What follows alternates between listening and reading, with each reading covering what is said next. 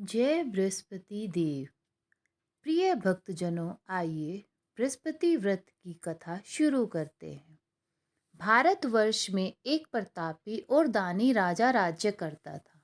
वह नित्य गरीबों और ब्राह्मणों की सहायता करता था। यह बात उसकी रानी को अच्छी नहीं लगती थी।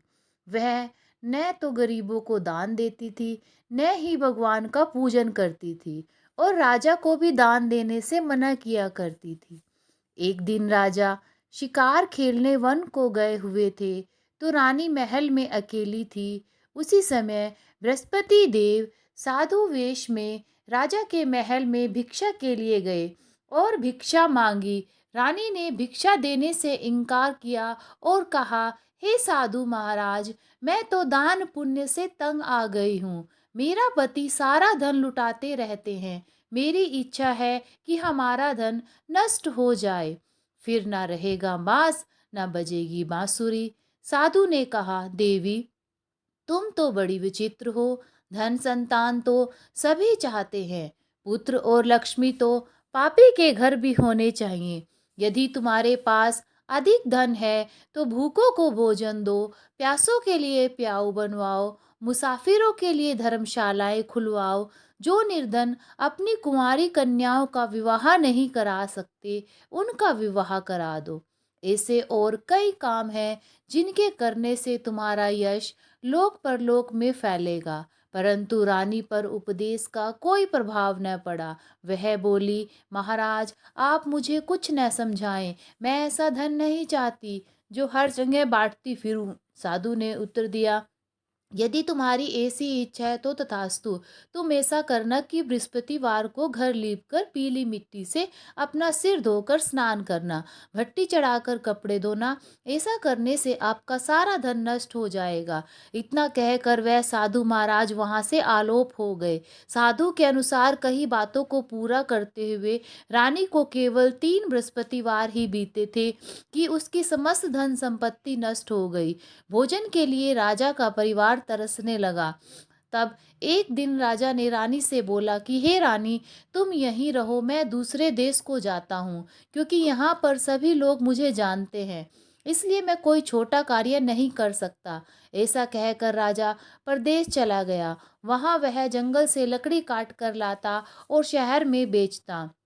इस तरह वह अपना जीवन व्यतीत करने लगा। इधर राजा के परदेश जाते ही रानी और दासी दुखी रहने लगी। एक बार जब रानी और दासी को 7 दिन तक बिना भोजन के रहना पड़ा, तो रानी ने अपनी दासी से कहा, हे दासी, पास के ही नगर में मेरी बहन रहती है। वह बड़ी धनवान है। तू उसके पास जा और कुछ ले आ, ताकि थोड़ी बहुत गुजर बसर हो जाए। दासी रानी की बहन के पास गई। उस दिन गुरुवार था और रानी की बहन उस समय बृहस्पतिवार व्रत की कथा सुन रही थी। दासी ने रानी की बहन को अपनी रानी का संदेश दिया, लेकिन रानी की बहन ने कोई उत्तर नहीं दिया। जब दासी को रानी की बहन से कोई उत्तर नहीं मिला, तो वह बहुत दुखी हुई और उसे क्रोध भी आया। दासी ने वापस आकर रानी को सारी बात बता दी। सुनकर रानी ने अपने भाग्य को कोसा। उधर रानी की बहन ने सोचा कि मेरी बहन की दासी आई थी, परंतु मैं उससे नहीं बोली, इससे वह बहुत दुखी हुई होगी। कथा सुनकर और पूजन समाप्त करके वह अपनी बहन के घर आई और कहने लगी कि हे बहन, मैं बृहस्पतिवार का व्रत कर रही थी। तुम्हारी दासी मेरे घर पर आई थी, परंतु जब तक कथा होती है तब तक ना तो उठते हैं और ना ही बोलते हैं, इसलिए मैं नहीं बोली। कहो दासी, क्यों गई थी? रानी बोली, बहन, तुमसे क्या छिपाऊं, हमारे घर में खाने तक को अनाज नहीं था। ऐसा कहते कहते रानी की आंखें भर आई। उसने दासी समेत पिछले 7 दिनों से भूखे रहने तक की बात अपनी बहन को विस्तार पूर्वक सुना दी। रानी की बहन बोली, देखो बहन, भगवान बृहस्पति देव सबकी मनोकामना को पूर्ण करते हैं। देखो, शायद तुम्हारे घर में अनाज रखा हो। पहले तो रानी को विश्वास नहीं हुआ, पर बहन के आग्रह करने पर उसने अपनी दासी को अंदर भेजा तो उसे सचमुच अनाज से भरा एक घड़ा मिल गया। यह देखकर दासी को बड़ी हैरानी हुई। दासी रानी से कहने लगी कि हे रानी, जब हमको भोजन नहीं मिलता तो हम व्रत ही तो करते हैं, इसलिए क्यों न इनसे व्रत और कथा की विधि पूछ ली जाए ताकि हम भी व्रत कर सके। तब रानी ने अपनी बहन से बृहस्पतिवार व्रत के बारे में पूछा। उसकी बहन ने बताया, बृहस्पतिवार के व्रत में चने की दाल और मुनक्का से विष्णु भगवान का केले की जड़ में पूजन करें तथा दीपक जलाएं, व्रत कथा सुने और पीला भोजन ही करें। इससे बृहस्पति देव प्रसन्न होते हैं। व्रत और पूजन विधि बताकर रानी की बहन अपने घर को लौट गई। 7 दिन के बाद जब गुरुवार आया तो रानी और दासी ने व्रत रखा। गुड़साल में जाकर चना और गुड़ लेकर आई, फिर उससे केले की जड़ तथा विष्णु भगवान का पूजन किया। अब पीला भोजन कहाँ से आए, इस बात को लेकर दोनों बहुत दुखी थे। चूंकि उन्होंने व्रत रखा था, इसलिए बृहस्पति देव उनसे प्रसन्न थे। इसलिए वे एक साधारण व्यक्ति का रूप धारण कर 2 थालों में सुंदर पीला भोजन दासी को दे गए। भोजन पाकर दासी प्रसन्न हुई और फिर रानी के साथ मिलकर भोजन ग्रहण किया। उसके बाद वे सभी गुरुवार को व्रत और पूजन करने लगी। बृहस्पति भगवान की कृपा से उनके पास फिर से धन संपत्ति आ गई, परंतु रानी फिर से पहले की तरह आलस्य करने लगी। तब दासी बोली, देखो रानी, तुम पहले भी इस प्रकार आलस्य करती थी। तुम्हें धन रखने में कष्ट होता था, इस कारण सभी धन नष्ट हो गया, और अब जब भगवान बृहस्पति की कृपा से धन मिला है तो तुम्हें फिर से आलस्य होता है। रानी को समझाते हुए दासी कहती है कि बड़ी मुसीबतों के बाद हमने यह धन पाया है, इसलिए हमें दान पुण्य करना चाहिए, भूखे मनुष्यों को भोजन कराना चाहिए और धन को शुभ कार्यों में खर्च करना चाहिए, जिससे तुम्हारे कुल का यश बढ़ेगा, स्वर्ग की प्राप्ति होगी और पितृ प्रसन्न होंगे। दासी की बात मानकर रानी अपना धन शुभ कार्यों में खर्च करने लगी, जिससे पूरे नगर में उसका यश फैलने लगा। एक दिन राजा दुखी होकर जंगल में एक पेड़ के नीचे आसन जमाकर बैठ गया। वह अपनी दशा को याद करके व्याकुल होने लगा। बृहस्पतिवार का दिन था। एकाएक उसने देखा कि निर्जन वन में एक साधु प्रकट हुए। वह साधु वेश में स्वयं बृहस्पति देवता थे। लकड़हारे के सामने आकर बोले, हे लकड़हारे, इस सुनसान जंगल में तू चिंता मगन क्यों बैठा है? लकड़हारे ने दोनों हाथ जोड़कर प्रणाम किया और उत्तर दिया, महात्मा जी, आप सब कुछ जानते हैं, मैं क्या कहूँ। यह कहकर रोने लगा और साधु को अपनी आत्मकथा सुनाई। महात्मा जी ने कहा, तुम्हारी स्त्री ने बृहस्पति के दिन बृहस्पति भगवान का निरादर किया है, जिसके कारण रुष्ट होकर उन्होंने तुम्हारी यह दशा कर दी। अब तुम चिंता को दूर करके मेरे कहने पर चलो तो तुम्हारे सब कष्ट दूर हो जाएंगे और भगवान पहले से भी अधिक संपत्ति देंगे। तुम बृहस्पति के दिन कथा किया करो, 2 पैसे के चने मुनक्के लाकर उसका प्रसाद बनाओ और शुद्ध जल से लोटे में शक्कर मिलाकर अमृत तैयार करो। कथा के पश्चात अपने सारे परिवार और सुनने वाले प्रेमियों में अमृत व प्रसाद बांटकर आप भी ग्रहण करो। ऐसा करने से भगवान तुम्हारी सभी मनोकामनाएं पूरी करेंगे। साधु के ऐसे वचन सुनकर लकड़हारा बोला, हे प्रभु, मुझे लकड़ी बेचकर इतना पैसा नहीं मिलता जिससे भोजन के उपरांत कुछ बचा सकूं। मैंने रात्रि में अपनी स्त्री को व्याकुल देखा है। मेरे पास कुछ भी नहीं जिससे मैं उसकी खबर मंगा सकूं। साधु ने कहा, हे लकड़हारे, तुम किसी बात की चिंता मत करो। बृहस्पति के दिन तुम रोजाना की तरह लकड़ियां लेकर शहर को जाओ। तुमको रोज से दुगना धन प्राप्त होगा, जिससे तुम भली भांति भोजन कर लोगे तथा बृहस्पति देव की पूजा का सामान भी आ जाएगा। इतना कहकर साधु अंतर्ध्यान हो गए। धीरे धीरे समय व्यतीत होने पर फिर वही बृहस्पतिवार का दिन आया।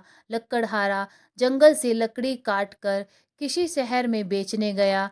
उसे उस दिन से और दिन से अधिक पैसा मिला। राजा ने चना गुड़ आदि लाकर गुरुवार का व्रत किया। उस दिन से उसके सभी क्लेश दूर हुए। परंतु जब दोबारा गुरुवार का दिन आया तो बृहस्पतिवार का व्रत करना भूल गया। इस कारण बृहस्पति भगवान नाराज हो गए। उस दिन उस नगर के राजा ने विशाल यज्ञ का आयोजन किया तथा शहर में यह घोषणा करा दी कि कोई भी मनुष्य अपने घर में भोजन न बनावे, न आग जलावे। समस्त जनता मेरे यहाँ भोजन करने आवे। इस आज्ञा को जो न मानेगा उसे फांसी की सजा दी जाएगी। इस तरह की घोषणा संपूर्ण नगर में करवा दी गई। राजा की आज्ञानुसार शहर के सभी लोग भोजन करने गए, लेकिन लकड़हारा कुछ देर से पहुंचा। इसलिए राजा उसको अपने साथ घर लिवा ले गए और ले जाकर भोजन करा रहे थे तो रानी की दृष्टि उस खूंटी पर पड़ी जिस पर उसका हार लटका हुआ था। वह वहां पर दिखाई नहीं दिया। रानी ने निश्चय किया कि मेरा हार इस मनुष्य ने चुरा लिया है। उसी समय सिपाहियों को बुलाकर उसको कारागार में डलवा दिया। जब लकड़हारा कारागार में पड़ गया और बहुत दुखी होकर विचार करने लगा कि न जाने कौन से पूर्व जन्म के कर्म से मुझे यह दुख प्राप्त हुआ है, और उसी साधु को याद करने लगा जो कि जंगल में मिला था। उसी समय तत्काल बृहस्पति देव साधु के रूप में प्रकट हुए और उसकी दशा को देखकर कहने लगे, अरे मूर्ख, तूने बृहस्पति देव की कथा नहीं करी, इसी कारण तुझे दुख प्राप्त हुआ है। अब चिंता मत कर। बृहस्पतिवार के दिन कारागार के दरवाजे पर 4 पैसे पड़े मिलेंगे। उनसे तू बृहस्पति देव की पूजा करना, तेरे सभी कष्ट दूर हो जाएंगे। बृहस्पति के दिन उसे 4 पैसे मिले। लकड़हारे ने कथा कही। उसी रात्रि को बृहस्पति देव ने उस नगर के राजा को स्वप्न में कहा, हे राजा, तुमने जिस आदमी को कारागार में बंद कर दिया है वह निर्दोष है, वह राजा है, उसे छोड़ देना। रानी का हार उसी खूंटी पर लटका है। अगर तू ऐसा नहीं करेगा तो मैं तेरे राज्य को नष्ट कर दूंगा। इस तरह रात्रि के स्वप्न को देखकर राजा प्रातःकाल उठा और खूंटी पर हार देखकर लकड़हारे को बुलाकर क्षमा मांगी तथा लकड़हारे को योग्य सुंदर वस्त्र आभूषण देकर विदा कर दिया। बृहस्पति देव की आज्ञानुसार लकड़हारा अपने नगर को चल दिया। राजा जब अपने नगर के निकट पहुंचा तो उसे बड़ा आश्चर्य हुआ। नगर में पहले से अधिक बाग, तालाब, कुएं तथा बहुत सी धर्मशाला, मंदिर आदि बन गई हैं। राजा ने पूछा, यह किसके बाग और धर्मशाला हैं? तब नगर के सब लोग कहने लगे, यह सब रानी और बांदी के हैं। तो राजा को आश्चर्य हुआ और गुस्सा भी आया। जब रानी ने यह खबर सुनी कि राजा आ रहे हैं तो उन्होंने बांदी से कहा कि हे दासी, देख राजा हमको कितनी बुरी हालत में छोड़ गए थे। हमारी ऐसी हालत देखकर वह लौट न जाए, इसलिए तू दरवाजे पर खड़ी हो जा। आज्ञानुसार दासी दरवाजे पर खड़ी हो गई। राजा आए तो उन्हें अपने साथ लिवा लाई। तब राजा ने क्रोध करके अपनी रानी से पूछा कि यह धन तुम्हें कैसे प्राप्त हुआ है? तब उन्होंने कहा, हमें यह सब धन बृहस्पति देव के इस व्रत के प्रभाव से प्राप्त हुआ है। राजा ने निश्चय किया कि 7 रोज बाद तो सभी बृहस्पति देव का पूजन करते हैं, परंतु मैं प्रतिदिन दिन में 3 बार कहानी तथा रोज व्रत किया करूंगा। अब हर समय राजा के दुपट्टे में चने की दाल बंधी रहती तथा दिन में 3 बार कहानी कहता। एक रोज राजा ने विचार किया कि चलो अपनी बहन के यहाँ हो आवें। इस तरह निश्चय कर राजा घोड़े पर सवार हो अपनी बहन के यहाँ को चलने लगा। मार्ग में उसने देखा कि कुछ आदमी एक मुर्दे को लिए जा रहे हैं। उन्हें रोककर राजा कहने लगा, अरे भाइयों, मेरी बृहस्पति देव की कथा सुन लो। वे बोले, लो, हमारा तो आदमी मर गया, इसको अपनी कथा की पड़ी है। परंतु कुछ आदमी बोले, अच्छा कहो, हम तुम्हारी कथा भी सुनेंगे। राजा ने दाल निकाली और जब कथा आधी हुई थी कि मुर्दा हिलने लग गया और जब कथा समाप्त हो गई तो राम राम करके मनुष्य उठकर खड़ा हो गया। आगे मार्ग में उसे एक किसान खेत में हल चलाता मिला। राजा ने उसे देखा और उससे बोला, अरे भैया, तुम मेरी बृहस्पतिवार की कथा सुन लो। किसान बोला, जब तक मैं तेरी कथा सुनूंगा तब तक मैं 4 हरैया जोत लूंगा। जा, अपनी कथा किसी और को सुनाना। इस तरह राजा आगे चलने लगा। राजा के हटते ही बैल पछाड़ खाकर गिर गए तथा किसान के पेट में बड़ी जोर का दर्द होने लगा। उस समय उसकी माँ रोटी लेकर आई। उसने जब यह देखा तो अपने पुत्र से सब हाल पूछा और बेटे ने सभी हाल कह दिया। तो बुढ़िया दौड़ी दौड़ी उस घुड़सवार के पास गई और उससे बोली कि मैं तेरी कथा सुनूंगी, तो अपनी कथा मेरे खेत पर चलकर ही कहना। राजा ने बुढ़िया के खेत पर जाकर कथा कही, जिसके सुनते ही वह बैल उठ खड़े हुए तथा किसान के पेट का दर्द भी बंद हो गया। राजा अपनी बहन के घर पहुंचा। बहन ने भाई की खूब मेहमानी की। दूसरे रोज प्रातःकाल राजा जगा तो वह देखने लगा कि सब लोग भोजन कर रहे हैं। राजा ने अपनी बहन से कहा, ऐसा कोई मनुष्य है जिसने भोजन नहीं किया हो? मेरी बृहस्पतिवार की कथा सुन ले। बहन बोली, हे भैया, यह देश ऐसा ही है कि पहले यहाँ लोग भोजन करते हैं और बाद में अन्य काम करते हैं। अगर कोई पड़ोस में हो तो देख आऊं। वह ऐसा कहकर देखने चली गई, परंतु उसे कोई ऐसा व्यक्ति नहीं मिला जिसने भोजन न किया हो। अतः वह एक कुम्हार के घर गई जिसका लड़का बीमार था। उसे मालूम हुआ कि उनके यहाँ 3 रोज से किसी ने भोजन नहीं किया है। रानी ने अपने भाई की कथा सुनने के लिए कुम्हार से कहा। वह तैयार हो गया। राजा ने जाकर बृहस्पतिवार की कथा कही, जिसको सुनकर उसका लड़का ठीक हो गया। अब तो राजा की प्रशंसा होने लगी। एक रोज राजा ने अपनी बहन से कहा कि हे बहन, हम अपने घर को जाएंगे, तुम भी तैयार हो जाओ। राजा की बहन ने अपनी सास से कहा। सास ने कहा, हाँ चली जा, परंतु अपने लड़कों को मत लेके जाना, क्योंकि तेरे भाई के कोई औलाद नहीं है। बहन ने अपने भैया से कहा, हे भैया, मैं तो चलूंगी, पर कोई बालक नहीं जाएगा। राजा बोला, जब कोई बालक नहीं चलेगा तब तुम ही क्या करोगी? बड़े दुखी मन से राजा अपने नगर को लौट आया। राजा ने अपनी रानी से कहा, हम निर्वंशी हैं, हमारा मुंह देखने का धर्म नहीं है और कुछ भोजन आदि नहीं किया। रानी बोली, हे प्रभु, बृहस्पति देव ने हमें सब कुछ दिया है, वह हमें औलाद अवश्य देंगे। उसी रात को बृहस्पति देव ने राजा से स्वप्न में कहा, हे राजा, उठ, सभी सोच त्याग दे, तेरी रानी गर्भ से है। राजा की यह बात सुनकर बड़ी खुशी हुई। 9वें महीने में उसके गर्भ से एक सुंदर पुत्र पैदा हुआ। तब राजा बोला, हे रानी, स्त्री बिना भोजन के रह सकती है, पर बिना कहे नहीं रह सकती। जब मेरी बहन आवे तो मुझसे कुछ मत कहना। रानी ने सुनकर हाँ कर दिया। जब राजा की बहन ने यह शुभ समाचार सुना तो वह बहुत खुश हुई तथा बधाई लेकर अपने भाई के यहाँ आई। तभी रानी ने कहा, घोड़ा चढ़कर तो नहीं आई, गधा चढ़ी आई। राजा की बहन बोली, भाभी, मैं इस प्रकार न कहती तो तुम्हें औलाद कैसे मिलती? बृहस्पति देव ऐसे ही हैं, जैसी जिसके मन में कामनाएं हैं सभी को पूर्ण करते हैं। जो सद्भावना पूर्वक बृहस्पतिवार का व्रत करता है एवं कथा पढ़ता है अथवा सुनता है, दूसरों को सुनाता है, बृहस्पति देव उसकी सभी मनोकामना पूर्ण करते हैं।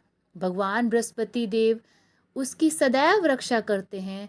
संसार में जो मनुष्य सद्भावना से भगवान जी का पूजन व्रत सच्चे हृदय से करते हैं तो उनकी सभी मनोकामनाएं पूर्ण करते हैं। जैसी सच्ची भावना से रानी और राजा ने उनकी कथा का गुणगान किया तो उनकी सभी इच्छाएं बृहस्पति देव जी ने पूर्ण की थी। इसलिए पूर्ण कथा सुनने के बाद प्रसाद लेकर जाना चाहिए। हृदय से उनका मनन करते हुए जयकारा बोलना चाहिए।